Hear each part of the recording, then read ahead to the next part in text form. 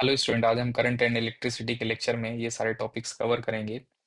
इसमें हम देखेंगे पहले ओम्स लॉ, इलेक्ट्रिकल रेजिस्टेंस, जिसके बाद देखेंगे हम उसके बाद देखेंगे फैक्टर अफेक्टिंग रेजिस्टेंस, रेजिस्टिविटी और कुछ न्यूमेरिकल इसमें ट्राई करेंगे हम। तो पहले हम देखते हैं ओम्स लॉ। ओम्स लॉ एक जर्मन फिजिसिस्ट थे, जियोर्ज साइमन ओम। इन्होंने दिया था इन्होंने बताया था वोल्टेज अक्रॉस रजिस्टर और करंट के बीच रिलेशन होता है कि voltage directly proportional to current वगैरह इस इन्होंने बताया था। ठीक है, तो वही यहाँ लिख रहे हैं। German physicist Georg Simon Ohm discover in 1827 that there is relation between the potential difference across conductor and current through it, which is known as Ohm's law. अब हम देखेंगे ओम्स लॉ है क्या, उसके बाद इसका जो है डायग्राम वगैरह देखेंगे। इन्होंने बताया at a constant temperature current in conductor directly proportional to potential difference across conductor. ठीक है, इन्होंने बताया कि किसी कंडक्टर के थ्रू जो करंट जाएगा that is directly proportional to applied potential. Potential ज्यादा रहेगा तो करंट ज्यादा रहेगा, पोटेंशियल कम रहेगा तो करंट कम रहेगा। At a given voltage, at a given temperature, at a given temperature current in conductor directly proportional to voltage. मतलब वोल्टेज डबल करेंगे तो करंट डबल हो जाएगा, वोल्टेज हाफ करेंगे तो करंट हाफ हो जाएगा। ठीक है ना। अच्छा, अब यहाँ पर एक डायग्राम बना है, ध्यान से देखना इस डायग्राम को। यहाँ पर एक बैटरी है, समझ लो ये एक बैटरी है। इसका ये पॉजिटिव टर्मिनल है, ये नेगेटिव टर्मिनल है। इससे हम ले गए एक स्विच में, ये स्विच है, ये वायर ले आए हैं यहाँ पर। इनका एक टर्मिनल जोड़ दिया हमने अमीटर से। अमीटर यहाँ पर लगा रहे हैं हम ताकि ये हम करंट मेजर कर सकें। और ये रजिस्टर रहा, यहाँ पर ये रजिस्टर है, और एक टर्मिनल लाकर हम रजिस्टर पर ज्वाइन कर दिए हैं। ठीक है, और रजिस्टर के पैरेलल में, रजिस्टर के अक्रॉस हम वोल्टमीटर लगा दिए हैं, रजिस्टर के अक्रॉस। ठीक है ना। ये थोड़ा सा कॉम्प्लिकेटेड डायग्राम है बेसिकली। अगर हम सिंपल इसी डायग्राम को बनाएं तो हमको कुछ ऐसा दिखेगा कि एक रजिस्टर है ये, ठीक है, और एक बैटरी यहाँ पर लगी हुई है, और एक स्विच लगा हुआ है, और एक अमीटर लगा हुआ है यहाँ। ठीक है, और यहाँ पर एक वोल्ट मीटर लगा हुआ है। ठीक है ना। सिंपल डायग्राम ये है कि यहाँ पर वी वोल्ट की बैटरी है, और यहाँ पर स्विच ऑन किया हमने, रजिस्टर यहाँ पर है, अमीटर लगा हुआ है, एक वोल्ट मीटर लगा हुआ है। ठीक है, और डिफरेंट डिफरेंट वोल्टेज पर डिफरेंट डिफरेंट करंट यहाँ पर हमें दिखेगा। ठीक है ना। तो यही डायग्राम यहाँ बनाया गया है। अगर हम ध्यान से देखें इसी डायग्राम को, तो ये पूरा का पूरा एक सीरीज है ये। ठीक है ना। अगर हम केयरफुल होकर देखें, एक मिनट, इसमें कलर कौन सा चलेगा। चलिए, इसमें शायद ऐसे ही है। यहाँ पर ये एक सीरीज है, यहाँ पर बैटरी लगी हुई है, ध्यान देखेंगे तो यहाँ स्विच है, अमीटर यहाँ लगा हुआ है, यहाँ वोल्ट मीटर लगा हुआ है, और रजिस्टर यहाँ लगा हुआ है। ठीक है ना, रजिस्टर यहाँ लगा हुआ है। तो यही डायग्राम, ये दोनों सेम ही डायग्राम है। ठीक है, ये डायग्राम और ये डायग्राम दोनों सेम डायग्राम है। बैटरी है सीरीज में, स्विच है, अमीटर है, और रजिस्टर सब सीरीज में लगे हुए हैं एक लूप में। और वोल्टेज जो है, वोल्ट मीटर रजिस्टर के पैरेलल में लगा हुआ है। ठीक है ना। अमीटर से हम मेजर कर लेंगे करंट, वोल्ट मीटर से मेजर कर लेंगे voltage across register, voltage across register हम मेजर करेंगे। ठीक है ना, वोल्ट मीटर से। अब ये डायग्राम देखना ध्यान से। इन्होंने क्या किया, पहले तो वोल्टेज बहुत कम रखा, ध्यान देखना ये डायग्राम। वोल्टेज कुछ लगाया इन्होंने, बैटरी छोटी बैटरी लगाया, और करंट वगैरह मेजर कर लिया, ठीक है ना। फिर उन्होंने क्या किया, ये हटा दिया। अब जो है ये सर्किट बनाया, ठीक है ना, ये सर्किट। अब दो बैटरी एक्टिव हो गए, ठीक है। फिर से करंट मेजर किया कि कितना करंट आ रहा है, कितना वोल्टेज आ रहा है। फिर से क्या किया गया, यहां पर ये जो है, अब यहां पर चल रहा है करंट, तीन बैटरी लगाया हमने, वोल्टेज ज्यादा है, अब करंट भी ज्यादा रहेगा। तो ये तीनों सिचुएशन में, ठीक है ना, इस सिचुएशन में और यहां वाली सिचुएशन, ये पहली सिचुएशन थी, ठीक है। और दूसरी सिचुएशन हमने अभी देखा था, दूसरी सिचुएशन ये है, ठीक है। और तीसरी सिचुएशन, वोल्टेज हमने और बढ़ा दिया, ये है, ठीक है ना, बैटरी और बड़ी कर दिया हमने। तो तीनों सिचुएशन में वोल्टेज की रीडिंग इन्होंने लिया, ठीक है ना। ओम ने, जो साइंटिस्ट ओम थे, उन्होंने वोल्टेज की रीडिंग लिया यहां पर, और यहां करंट की रीडिंग लिया। तो उनको ये ग्राफ मिला कि वन पॉइंट पर वोल्टेज कम था, V1 था, करंट कुछ I1 था। जैसे ही वोल्टेज बढ़ाया इन्होंने, V2 किया, तुरंत करंट बढ़ गया, I2 हो गया, करंट करंट बढ़ गया, ठीक है ना। जैसे ही वोल्टेज और बढ़ाया इन्होंने, V3 वोल्टेज किया, मतलब तीन बैटरी लगाया इन्होंने, वोल्टेज बढ़ा दिया, करंट और बढ़ गया, ठीक है। और इन तीनों पॉइंट्स को जब ज्वाइन किया गया, स्ट्रेट लाइन से ये ज्वाइन हुए, ठीक है ना। इसका मतलब ये हुआ कि डिफरेंट डिफरेंट वोल्टेज पर डिफरेंट डिफरेंट करंट आएगा, और voltage directly proportional to current रहेगा, ये स्ट्रेट लाइन मिल रहा है तो, ठीक है ना। इनको पता चला voltage directly proportional to current. अब यहां पर इन्होंने क्या किया, प्रोपोर्शनलिटी कांस्टेंट हटाएंगे, एक कांस्टेंट मिलेगा हमें, उसको इन्होंने आर नाम दे दिया, दैट इज रेजिस्टेंस, ठीक है ना। इस ग्राफ से इनको ये आइडिया लगा कि voltage directly proportional to current, और प्रोपोर्शनलिटी कांस्टेंट हटाया इन्होंने और उसको लिख लिया आर। आर को बोल दिया रेजिस्टेंस है, ठीक है ना, आर क्या है, रेजिस्टेंस है। अच्छा, अब ध्यान देखना यहां पर,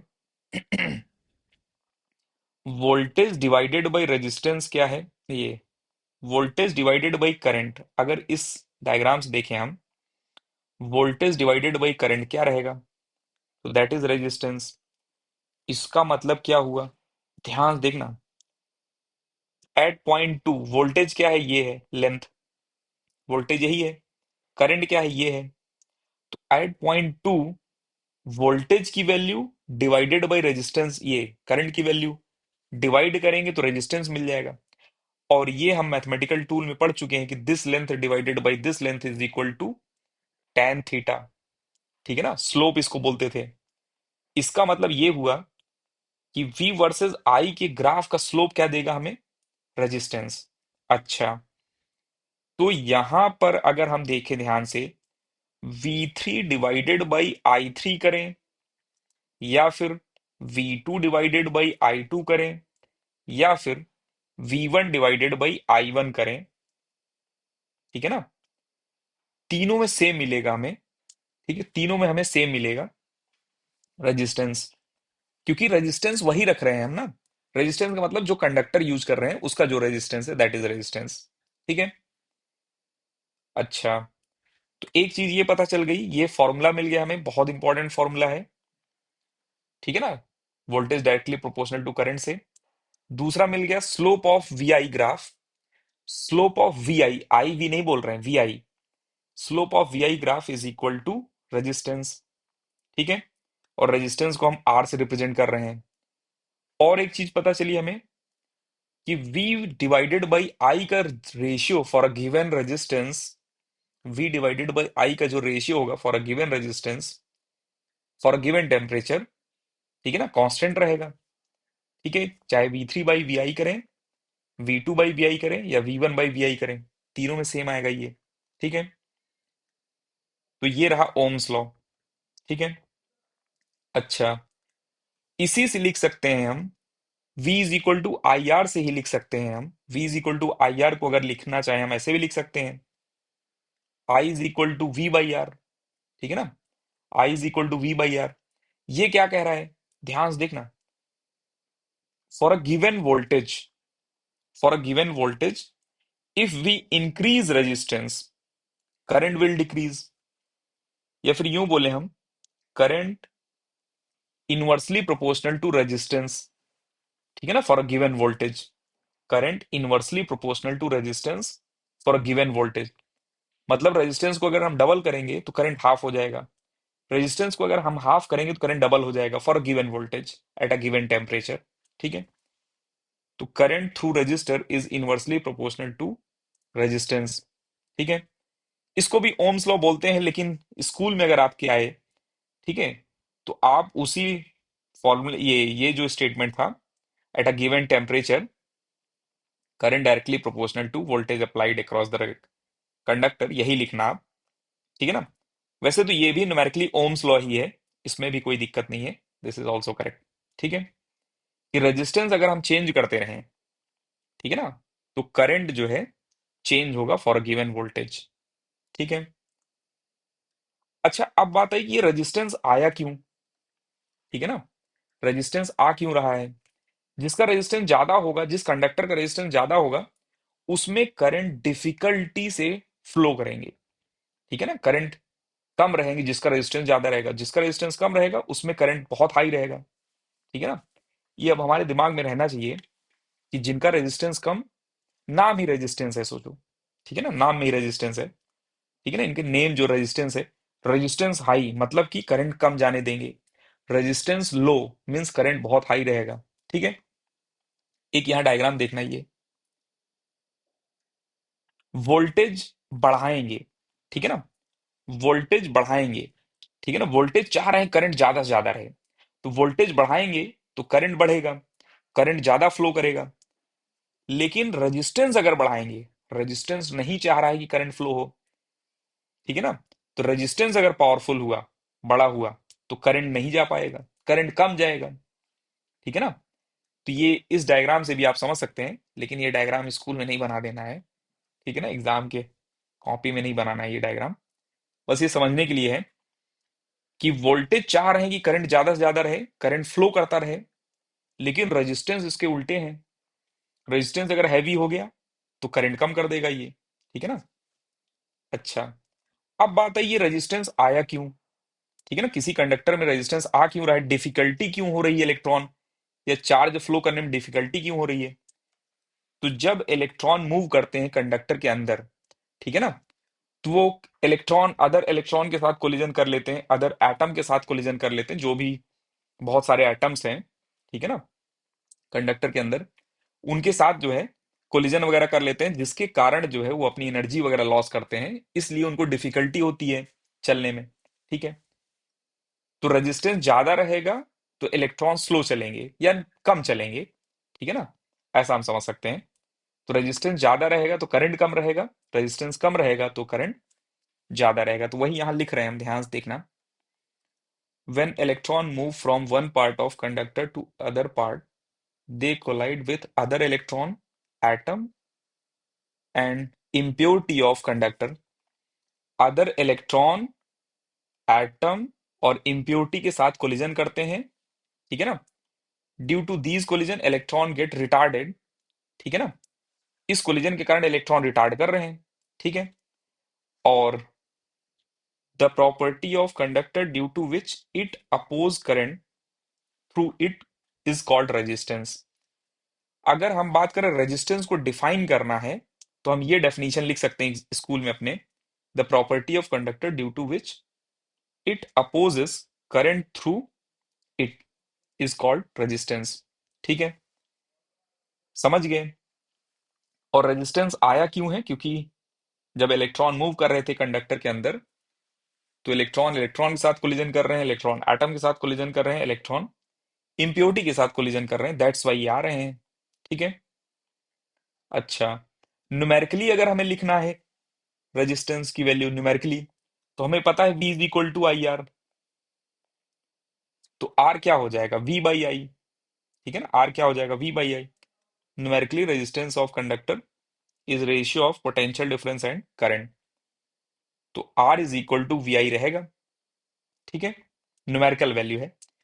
अच्छा, यहां पर अगर हम देखें तो वोल्ट है और एम्पियर, वोल्ट पर एम्पियर है, लेकिन ये इतने पॉपुलर हैं, रेजिस्टेंस बहुत ज्यादा पॉपुलर है, तो इसके लिए अलग यूनिट बना लिया गया। ठीक है ना, जैसे हमने देखा था, ये 9th क्लास में देखा था हमने, वर्क की यूनिट बना लिया गया था जूल। ठीक है ना, न्यूटन मीटर था वो, 1 जूल क्या था, 1 न्यूटन मीटर। तो न्यूटन मीटर बार बार ना लिखना पड़े हमें, इसके लिए हमने एक अलग यूनिट ही बना दिया, जूल। ठीक है ना। अच्छा, उसको जे से रिप्रेजेंट करते थे। तो यहां पर रेजिस्टेंस भी बहुत ही कॉमन यूज होगा, बहुत ज्यादा यूज होगा, तो इसके लिए अलग यूनिट बना लिया गया, ओम।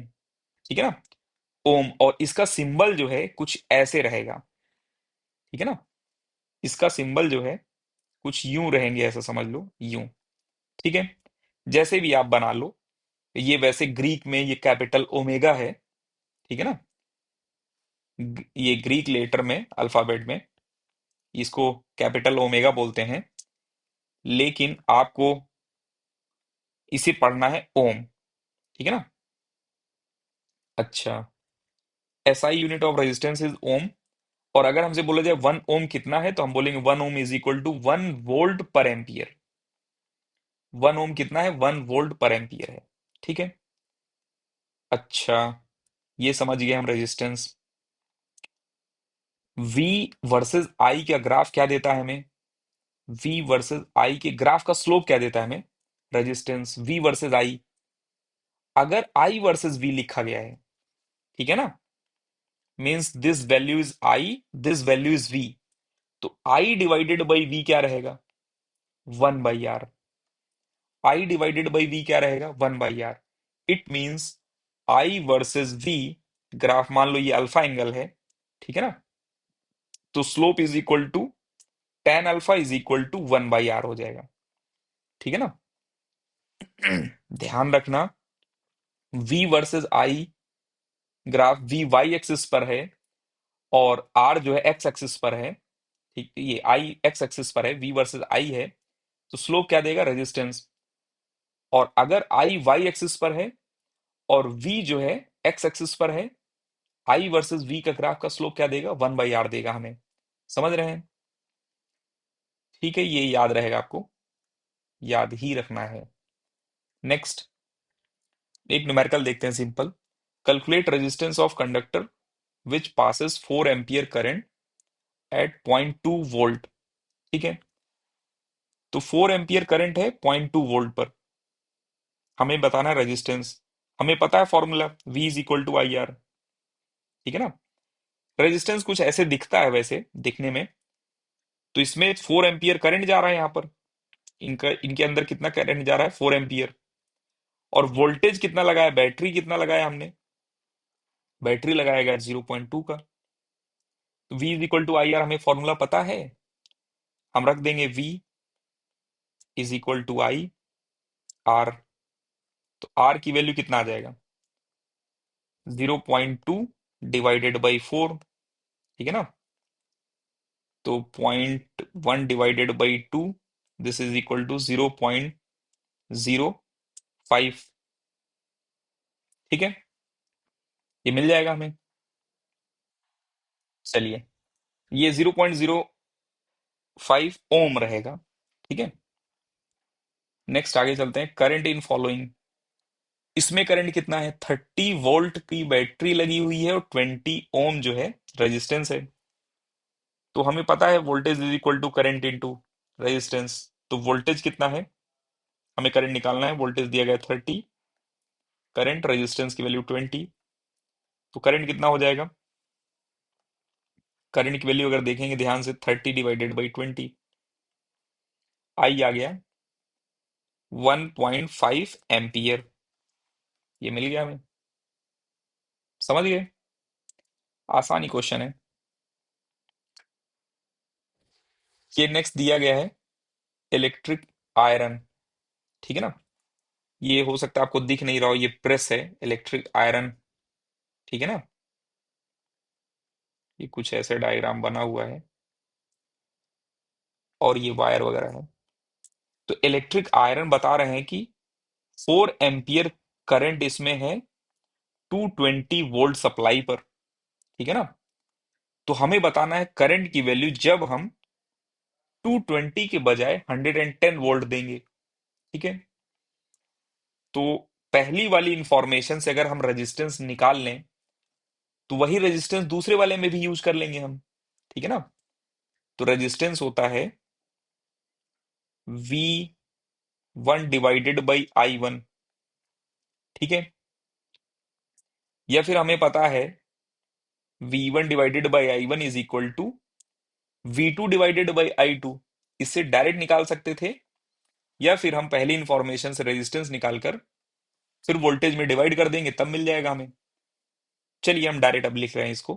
तो यहाँ पर V1 दिया गया है 220 डिवाइडेड बाई I1 दिया गया है 4 ampere is equal to V2 दिया गया 110 डिवाइडेड बाई I2 निकालना है हमें। तो एक तो तरीका ये था। ठीक है ना। इसमें अगर कट करें हम तो ये कट होने पर मिल जाएगा हमें 2, और I2 की वैल्यू आ जाएगी 2 एम्पियर। ठीक है। एक तरीका तो ये था। दूसरा तरीका ध्यान देखना। दूसरा तरीका कैसे सॉल्व करेंगे इसको। पहले हम रेजिस्टेंस निकाल लें। तो रेजिस्टेंस कितना हो जाएगा, V1 डिवाइडेड बाई I1 जो है पहले का फर्स्ट इंफॉर्मेशन में जो दिया गया था 220 डिवाइडेड बाई 4। ठीक है ना। 220 डिवाइडेड बाई 4, तो यहां से आ जाएगा 55 ओम। ठीक है ना। ओम का सिंबल ऐसे होता है, ये हमें याद रखना है। ठीक है। ये रेजिस्टेंस आ गया। अब बात आई करंट कितना है। तो करंट I2 कितना होगा, V2 divided by R. R तो सेम ही रहेगा। वोल्टेज बदलते हैं तो करंट बदलता है, लेकिन रेजिस्टेंस वही रहेगा। ठीक है। एट अ गिवन टेम्परेचर, ध्यान रखना। ठीक है। 12th में इसको चेंज भी करेंगे, क्योंकि 12th में देखेंगे हम टेम्परेचर भी बदलेगा, बदला जाएगा तो फिर चेंज होगा। यहाँ पर 110 डिवाइडेड बाई 55, ये कितना आ जाएगा 2 एम्पियर। तो दोनों से वही आंसर आ रहा है 2 एम्पियर। नेक्स्ट ये देखना, find ratio of resistance R1 and R2। R1 और R2 रेजिस्टेंस का रेशियो हमें बताना है। तो पहले तो ये बताओ, आप गेस करो R1 बड़े हैं कि R2 बड़े हैं, कौन सा बड़ा रहेगा। हमें पता है रेजिस्टेंस इज इक्वल टू ये स्लोप इज इक्वल टू 1/रेजिस्टेंस। ठीक है ना। स्लोप इज इक्वल टू 1/रेजिस्टेंस, इसका मतलब रेजिस्टेंस इज इक्वल टू 1/स्लोप। जिसका स्लोप ज्यादा उसका रेजिस्टेंस कम, जिसका स्लोप ज्यादा उसका रेजिस्टेंस कम। और स्लोप किसका ज्यादा होगा, जिसका टेन थीटा ज्यादा होगा, थीटा ज्यादा होगा। तो 45 वाले का थीटा ज्यादा है, तो इसका स्लोप ज्यादा होगा। स्लोप ज्यादा तो रेजिस्टेंस कम होगा। तो R1 कम होगा और R2 ज्यादा होगा। समझ रहे हैं ना। फिर से समझने की कोशिश करना। जिसका ये जिसका स्लोप ज्यादा, ठीक है ना, जिसका स्लोप ज्यादा उसका रेजिस्टेंस कम। और स्लोप इसमें किसका ज्यादा रहेगा, जिसका टेन थीटा ज्यादा। ठीक है ना, जिसका टेन थीटा ज्यादा। और टेन थीटा किसका ज्यादा रहेगा, वो हम मैथमेटिकल टूल में पढ़ चुके हैं, जिसका थीटा ज्यादा रहेगा उसका टेन थीटा ज्यादा रहेगा। तो यहां पर लिख रहे हैं हम R1 की वैल्यू 1/1045। ये आ जाएगा कितना, 1045 इज 1, तो ये आ जाएगा 1 ओम। और R2 अगर देखेंगे तो R2 हो जाएगा 1/1030। 1030 होता है 1/√3। तो यहाँ पर 1/1/√3, ध्यान से देखना, तो ये क्या बन जाएगा √3। ठीक है। R2 की वैल्यू क्या हो गया, √3। तो हमें देखना है, रेशियो बताना था हमें R1/R2। तो R1 की वैल्यू 1 है और R2 की वैल्यू √3 है, तो यही रेशियो हो गया 1/√3। Ratio is 1/√3। ठीक है। कर लेंगे ऐसे क्वेश्चन। नेक्स्ट आगे चलते हैं अब हम।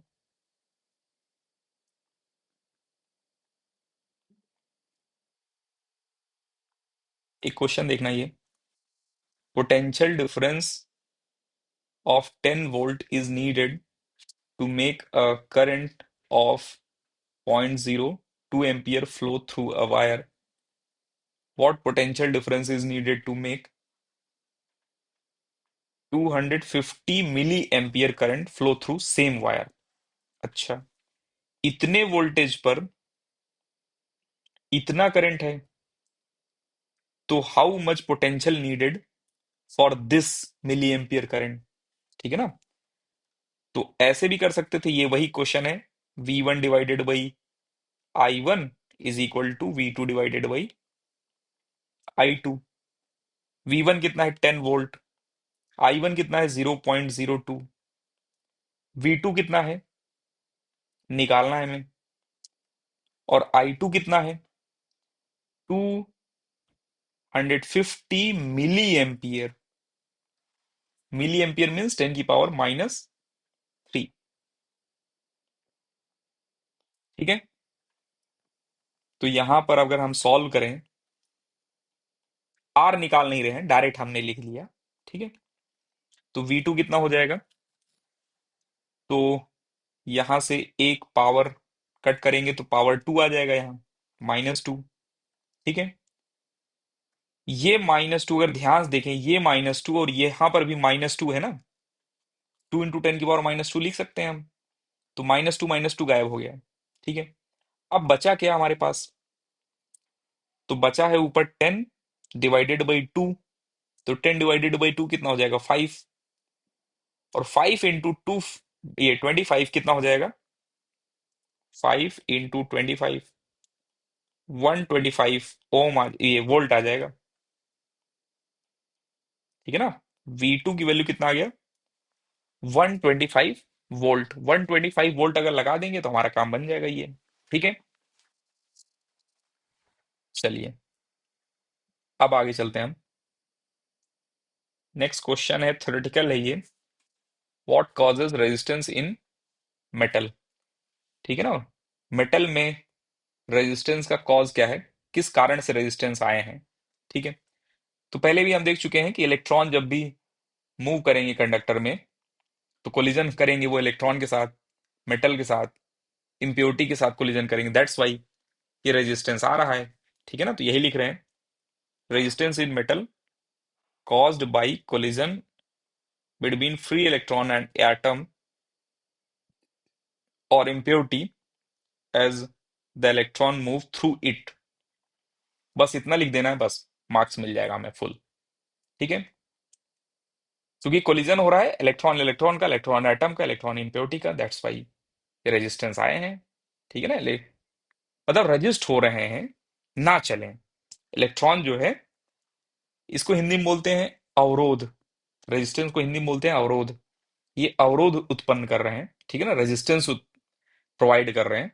ठीक है ना, चलिए नेक्स्ट हम देख रहे हैं कंडक्टर। कंडक्टर को हम पहले भी डिफाइन कर चुके हैं। ठीक है ना, कंडक्टर, इंसुलेटर, सेमी कंडक्टर वगैरह शायद पहले लिख चुके थे हम पिछली क्लासेस में। फिर से हम देख रहे हैं, जिनमें फ्री चार्ज कैरियर रहेंगे और कंडक्ट कर सकते हैं, उन्हीं को कंडक्टर बोलेंगे। ठीक है ना, जिसमें आयन फ्रीली मूव कर सके या चार्ज फ्रीली मूव कर सके, उसी को कंडक्टर बोलेंगे हम। तो यहां लिख रहे हैं, substance through which charge can easily flow is called conductor. ठीक है ना, ये भी डेफिनेशन सही है, they have free charge carrier, ऐसे भी बोल सकते हैं, they have free charge carrier, they have free charge carrier such as electron और आयन। ठीक है ना, तो मेटल में तो इलेक्ट्रॉन होते हैं चार्ज कैरियर। अगर हम सॉल्ट वाटर की बात करेंगे, सॉल्ट वाटर में आयन रहेंगे कंडक्टर, और बैटरी बैटरी की बात करेंगे, बैटरी बैटरी में भी आयन रहते हैं, इलेक्ट्रॉन भी रहते हैं। ठीक है, तो कंडक्टर है वेरी लो रेजिस्टेंस। ठीक है ना, कंडक्टर है वेरी लो रेजिस्टेंस, ये भी बोल सकते हैं कंडक्टर की डेफिनेशन। तो अब हमारे पास तीन डेफिनेशन आ गई। ठीक है ना, substance through which charge can easily flow is called conductor, they have free charge carrier such as electron ion, दूसरी डेफिनेशन। और तीसरा डेफिनेशन लिखना मत, लेकिन तीसरा वाला आप स्कूल में, कंडक्टर है वेरी लो रेजिस्टेंस, ये हमारे दिमाग में होना चाहिए कंडक्टर है वेरी लो रेजिस्टेंस, ठीक है ना। लेकिन इसको स्कूल में नहीं लिखना है, कंडक्टर है वेरी लो रेजिस्टेंस। स्कूल में आप प्रिफर करना ये पहला वाला definition, substance which through which charge can easily flow is called conductor, ठीक है ना। या फिर दूसरा वाला डेफिनेशन भी प्रेफर कर सकते हैं आप, बोथ आर करेक्ट, ठीक है ना। और मार्क्स मिल जाएंगे आपको। तीसरा वाला मत लिखना, ठीक है ना, बहुत सिंपल डेफिनेशन है ये, इससे मार्क्स कट सकते हैं आपका। नेक्स्ट देख रहे हैं हम कंडक्टर में, जैसे मेटल में अगर देखेंगे हम कंडक्टर, तो ये रहेगा सिल्वर, कॉपर, एल्यूमिनियम, ये रहेगा, ठीक है ना, कंडक्टर है। टंगस्टन एक मेटल है ये भी, और ये बल्ब के फिलामेंट वगैरह में यूज होता है। ये जो फिलामेंट है बल्ब का, इसमें जो यहां पर ये लगे हुए हैं, ठीक है ना, इस फिलामेंट में लगा हुआ है कंडक्ट ये टंगस्टन। इसका इलेक्ट्रॉन माइक्रोस्कोप पे जब देखा जाएगा टंगस्टन, यही वायर जो बल्ब का वायर होता है, ठीक है ना, टंगस्टन वायर, तो कुछ ऐसा दिखता है। ये स्प्रिंग लाइक स्ट्रक्चर है, या कभी आपने पास से देखा हो, एक बल्ब थी तो, चलिए पता नहीं कहाँ है, वो मिलेगा नहीं भाई, ठीक है। तो पास से देखेंगे अगर बल्ब, तो उसमें ऐसे रहेगा। एक कुछ न्यूमेरिकल था उसमें, डायग्राम था शायद ये, ठीक है ना। इसको अगर हम पास से देखेंगे, ठीक है, तो यहां पर हमको एक स्प्रिंग लाइक स्ट्रक्चर मिलेगा, ठीक है ना। इस बल्ब में, जो येलो बल्ब होती है उसमें स्प्रिंग लाइक स्ट्रक्चर मिलेगा हमें, ठीक है। और इसी को बोल रहे हैं हम, ठीक है ना।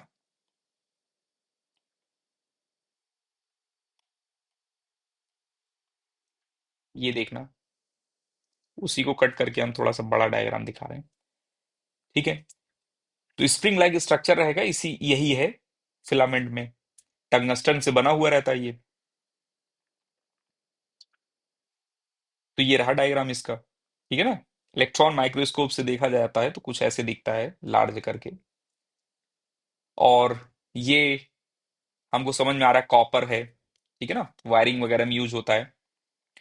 और एल्युमिनियम का यूज करते हैं हम, एल्युमिनियम का सिंबल एल रहता है, कॉपर का सिंबल सीयू रहता है। टंगस्टन का सिंबल रहता है डब्लू, ठीक है ना, टंगस्टन कुछ अलग रहते हैं, उनका सिंबल डब्लू है। और एल्युमिनियम एल है, कॉपर को सीयू बोलते हैं, सिंबल है। तो यहाँ पर हमने लिख लिया tungsten is used most mostly exclusively for filament for electrical bulb, whereas copper and aluminium generally used in electrical transmission line। और इलेक्ट्रिकल सर्किट जो घर के रहते हैं वायरिंग वगैरह में कॉपर वायर का यूज किया जाता है, ठीक है। अच्छा, ये टंगस्टन का यूज क्यों कर रहे हैं यहाँ पर, क्योंकि टंगस्टन का मेल्टिंग पॉइंट बहुत हाई होता है, ठीक है ना, इस वजह से यूज कर रहे हैं हम टंगस्टन का। अच्छा, लेकिन इसको बल्ब के अंदर जो है इनर्ट गैसेस रहती हैं, ठीक है ना, इनर्ट गैसेस रहती हैं। अदरवाइज इतने हाई टेम्परेचर पर जो ये टंगस्टन वायर रहते हैं, ये टंगस्टन वायर मेटल जैसे ऑक्सीडाइज हो जाते हैं। हमें पता है एमजी वायर, मैग्नीशियम का वायर जब बर्न करते हैं हम, ठीक है ना, मैग्नीशियम ऑक्साइड बनता है। तो वैसे ही ये भी ऑक्साइड बना देंगे, ठीक है ना। तो ऑक्सीजन से रिएक्शन ना करें इसके लिए इसमें इनर्ट इन्वायरमेंट क्रिएट किया जाता है। तो बल्ब के अंदर जो गैस भरी होती है वो इनर्ट गैस आर्गन वगैरह रहती है, ठीक है, जिससे वो आर्गन से रिएक्शन कर नहीं सकते। और ऑक्सीजन यहाँ बैठा है बाहर, तो ऑक्सीजन से रिएक्शन हो नहीं पाएगी, ठीक है। अगर ये ब्रेक कर जाए, ग्लास को अगर हम ब्रेक करके और इन्वायरमेंट यही एयर में ही अगर इसको ग्लो कराएं, ऑन करें, तो ये फ्रैक्शन ऑफ सेकंड, ठीक है ना, विद इन अ सेकंड ये बर्न कर जाएंगे, ठीक है ना, या 1-2 सेकंड लेंगे, 1-2 सेकंड में ही ये बर्न कर जाएंगे, ठीक है। एक तरीका और भी है, हो सकता है आपने कहीं वीडियो वगैरह इंस्टा वगैरह पे देखा हो। अगर हम एक बीकर में नाइट्रोजन ले लें, ठीक है ना, एक बीकर में नाइट्रोजन ले लें, लिक्विड नाइट्रोजन, और इसका फिलामेंट इंटैक्ट रहे, और इस ग्लास को ब्रेक कर दें हम, लेकिन फिलामेंट इंटैक्ट रहना चाहिए, ठीक है ना, कनेक्टेड होना चाहिए। इंटैक्ट फिलामेंट अगर हम नाइट्रोजन लिक्विड में डाल दें इसी को, ठीक है ना, तो लिक्विड नाइट्रोजन भी इनर्ट गैस है, मतलब इनके लिए इनर्ट गैस ही है, ठीक है ना, ये मेटल रिएक्शन नहीं करेंगे नाइट्रोजन के साथ, तो वहां पर भी ये ग्लो करेगा, ठीक है ना, लेकिन बहुत ही रिस्की प्रोसेस है ये। तो ये बेस्ट मेथड है कि आर्गन का यूज करें हम और इसमें हम फिल करके, ठीक है, इसकी लाइफ वगैरह ज्यादा रहती है आर्गन वगैरह यूज करने से। नेक्स्ट देख रहे हैं हम रजिस्टर, बार बार वर्ड यूज कर रहे हैं रजिस्टर। तो रजिस्टर ऐसे मटेरियल से बनाए जाते हैं जिनका रेजिस्टेंस कंपैरेटिवली कंडक्टर से हाई होता है, सॉरी मेटल से हाई होता है, मेटल जो रेजिस्टेंस है उनसे हाई रहता है इनका, ठीक है ना, ये भी कंडक्टर है लेकिन इनका रेजिस्टेंस हाई रहता है, ठीक है। यहां लिख रहे हैं जनरली एलॉय से बनते हैं ये, मोस्टली एलॉय वगैरह से बनाए जाएंगे ये। दो substance which have comparatively high resistance high electrical resistance are called resistor, ठीक है ना, तो ये डेफिनेशन याद रखना। ये रजिस्टर की डेफिनेशन, रेजिस्टेंस अलग है, ठीक है ना, रेजिस्टेंस प्रोवाइड करते हैं ये, ठीक है ना, और ये है रजिस्टर। अभी डायग्राम वगैरह देखेंगे इसमें, कहीं तो आएगा आगे। नेक्स्ट देखना, the alloy like nichrome, मैग्नीन, constantan have quite high resistance, so they are used to make electrical device, ठीक है ना, where high resistance is required, a resistance reduces current in circuit, ये तो पता है हमें, रेजिस्टेंस सर्किट में करंट को कम कर देते हैं, ठीक है। और इंसुलेटर जो रहते हैं उनका वेरी हाई रेजिस्टेंस रहता है, इंसुलेटर करंट को कंडक्ट ही नहीं होने देंगे, रेजिस्टेंस होने देंगे करंट को कंडक्ट, लेकिन रेजिस्टेंस हाई होने के कारण करंट कम रहेगा वहां पर, ठीक है ना। और यहां पर कुछ एलॉय लिखा था हमने, नाइक्रोम, मैग्नीन और कॉन्स्टेंटन। तो कॉन्स्टेंटन, ये नाइक्रोम तो ये है, नाइक्रोम वायर आपने देखा होगा हीटर में लगा हुआ, ठीक है ना, या टोस्टर वगैरह में लगा हुआ देखा होगा आपने, ठीक है ना, जहां पर भी कहीं हीटिंग किया जाएगा, हीटिंग कॉइल रहेगा, वहां पर ये नाइक्रोम वायर यूज किया जाएगा, ठीक है। ये हेयर ड्रायर वगैरह में भी नाइक्रोम वायर यूज किया जाएगा जहां पर हीटर लगा होगा, ठीक है। और ये रहे कॉन्स्टेंटन, ठीक है, ये थोड़ा साइनिंग रहते हैं, ठीक है ना। और मैग्नीन में कॉपर वगैरह के अलॉय रहते हैं, ये रहे मैग्नीन। चलिए इनका डायग्राम वैसे आपके लिए जरूरत नहीं है उतना, बस आपको पता होना चाहिए थोड़ा सा ये कैसे दिखते हैं। मैग्नीन थोड़ा सा कॉपर कलर के रहते हैं हल्के, कॉन्स्टेंटन सिल्वर कलर के रहते हैं, और नाइक्रोम सिल्वर तो नहीं रहता, ब्राइट सिल्वर नहीं रहता, just like metal, shiny metal रहता है, लेकिन थोड़ा डल रहते हैं। नाइक्रोम डल मेटल की तरह, डल वाइट, डल सिल्वर समझ लो, डल सिल्वर की तरह दिखेंगे ये, ठीक है। और कॉन्स्टेंटन साइन ही रहेंगे थोड़े से। ये फैक्टर अफेक्टिंग रेजिस्टेंस को हम नेक्स्ट क्लास में ही देखेंगे, ठीक है। और ये वीडियोस आप शेयर कीजिए अपने फ्रेंड्स के साथ, जो है क्लास के फ्रेंड जो हैं उनके साथ कीजिए शेयर, ठीक है, ताकि सब्सक्रिप्शन काउंट बढ़े, ठीक है। चलिए लीव कर सकते हैं आप अभी।